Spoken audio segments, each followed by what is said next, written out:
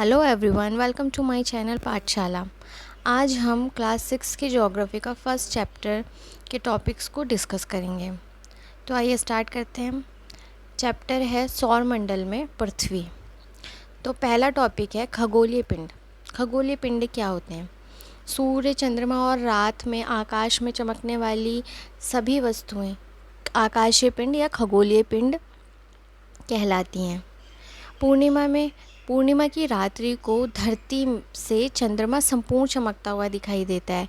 इस दिन क्या होता है? इस दिन पृथ्वी सूर्य और चंद्र के बीच में होती है। जैसा कि यहाँ पर देख रहे हैं आप कि सन और मून के बीच में है अर्थ, और तीनों एक सीधी रेखा में होते हैं। ये देखिए, सन और यहाँ मून है, इसके बीच में है अर्थ। तो ये पूर्णिमा के समय होता है कि सन और मून के बीच में अर्थ होती है और तीनों एक ही सीधी रेखा में होते हैं। और शुक्ल पक्ष के अंतिम दिन में पूर्णिमा होती है।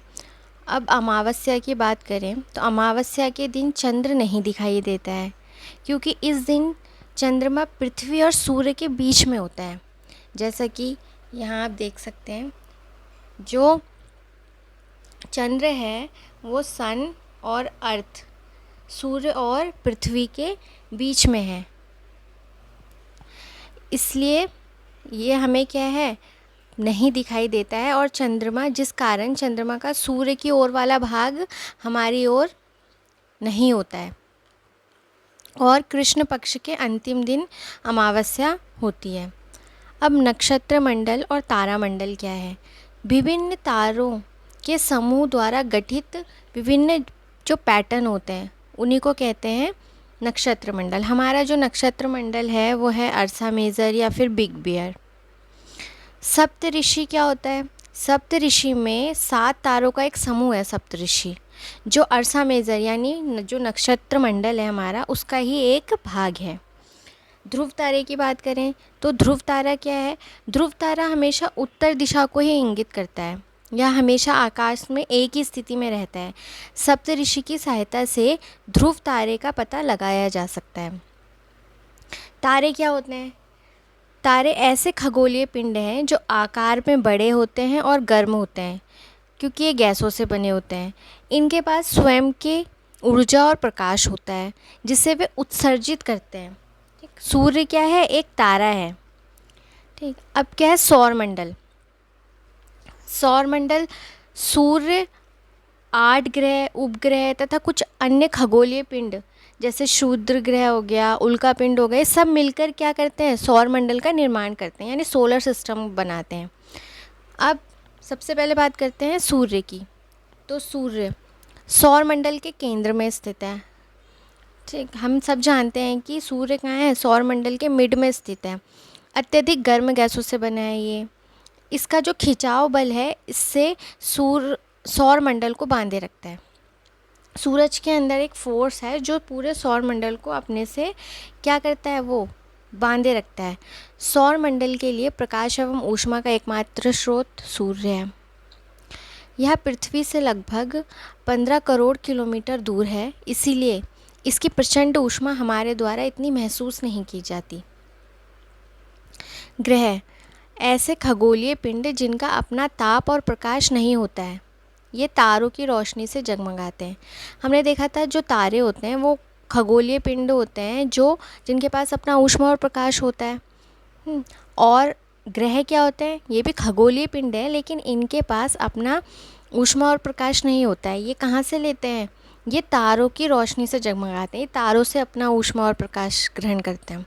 और हमारे सौर मंडल में कितने ग्रह हैं? 8, जो हैं बुध, शुक्र, पृथ्वी, मंगल, बृहस्पति, शनि, यूरेनस, नेपच्यून। बृहस्पति, शनि, यूरेनस और नेपच्यून सूर्य से बहुत दूर हैं और ये गैसों से बने हैं, इसलिए इन्हें क्या कहते हैं? बाहरी ग्रह कहा जाता है। बुध सूर्य का सबसे नज़दीक ग्रह है और यह एक चक्कर लगाने में 88 दिन का समय लेता है। जैसा कि हम देख सकते हैं कि ये जो हैं, ये बृहस्पति, शनि, यूरेनस, नेपच्यून, ये सारे क्या हैं, ये सूर्य से बहुत दूर हैं, इसीलिए ये बाह्य ग्रह कहलाते हैं। और जो बुध है वो उसका क्या है, सूर्य से सबसे नज़दीक है। और शुक्र को पृथ्वी की जुड़वा बहन कहा जाता है। क्यों? क्योंकि इसमें कुछ समानताएं पाई जाती हैं पृथ्वी की तरह, इसीलिए इसे पृथ्वी की जुड़वा बहन कहा जाता है। ग्रह एक निश्चित पथ पर सूर्य का चक्कर लगाते हैं। ये पथ दीर्घवृत्ताकार में फैला हुआ है, जिन्हें कक्षा कहते हैं। जैसा कि आप देख सकते हैं कि जो ग्रह हैं वो क्या हैं, ये इस मोशन में क्या है, सूर्य का चक्कर लगाते हैं। ये दीर्घवृत्ताकार में फैला हुआ है और इसी पाथ को क्या कहते हैं, कक्षा कहते हैं। अब तक जो प्लूटो था वो भी एक ग्रह माना जाता था, लेकिन 2006 में इसे बौने ग्रह में शामिल कर दिया गया। देखिए, होते हैं बाह्य ग्रह, हमने देखे जो बृहस्पति, यूरेनस, शनि, नेपच्यून, ये सारे क्या हैं, ये बाह्य ग्रह हैं, क्योंकि ये सूर्य से दूर हैं और इनका आकार भी बड़ा है और ये गैस और तरल पदार्थों से निर्मित हैं। और आंतरिक ग्रह कौन कौन से हैं? आंतरिक ग्रह हैं बुध, शुक्र, पृथ्वी, मंगल। ये आंतरिक ग्रह क्यों कहलाते हैं? क्योंकि ये क्या है, सूर्य के नज़दीक हैं और ये चट्टानों से निर्मित हैं। अब बात करते हैं हम पृथ्वी की। पृथ्वी क्या है, जो पृथ्वी क्या है, पोल्स में यानी ध्रुवों के पास थोड़ी चपटी हुई है। ये देखिए यहाँ पर ध्रुवों के पास कैसी है, ये चपटी हुई और किनारों से उभरी हुई है। इसी कारण इसका ये जो आकार है वो कैसा है, भूआब। सूर्य से दूरी की अगर हम बात करें तो जो पृथ्वी है वो तीसरा ग्रह है। ये सूर्य से दूरी पे पृथ्वी कौन सा ग्रह है, तीसरा। लेकिन हम अगर आकार की बात करें तो आकार में ये पांचवा बड़ा ग्रह है। वायु एवं पानी उपस्थित है यहाँ, जो जीवन के लिए आवश्यक है। और ऑक्सीजन है यहाँ, जो जीवनदायिनी गैस है। अंतरिक्ष से अगर हम पृथ्वी को देखते हैं तो क्या है, वो नीला दिखाई देता है। क्यों? क्योंकि यहाँ 2/3 सतह पर पानी है, इसीलिए इसे क्या कहते हैं, नीला ग्रह भी कहते हैं। अब हम बात करते हैं उपग्रह की, सैटेलाइट्स। ये क्या है, ये वह खगोलीय पिंड हैं जो ग्रह के चारों ओर चक्कर लगाते हैं। हमने अभी पढ़ा था कि जो ग्रह हैं वो किसके चारों ओर चक्कर लगाते हैं, सूर्य के। लेकिन जो उपग्रह होते हैं वो ग्रहों के चारों ओर चक्कर लगाते हैं। अब जो चंद्रमा है वो एक उपग्रह है, किसका, पृथ्वी का। वो पृथ्वी के चारों ओर चक्कर लगाता है। और कुछ मानव निर्मित उपग्रह होते हैं, सैटेलाइट्स होती हैं जो वैज्ञानिक द्वारा बनाई जाती हैं। क्योंकि ब्रह्मांड की जानकारी प्राप्त करने के लिए और कुछ संचार माध्यमों के लिए कुछ सैटेलाइट छोड़ी जाती हैं अंतरिक्ष में। अब देखते हैं चंद्रमा। चंद्रमा क्या है, अभी हमें बात करी थी कि चंद्रमा पृथ्वी का एकमात्र उपग्रह है। इसका जो व्यास है वो पृथ्वी का लगभग 1/4 है। यह इतना बड़ा प्रतीत होता है क्योंकि अन्य खगोलीय पिंड की अपेक्षा ये क्या है, पृथ्वी के नज़दीक है।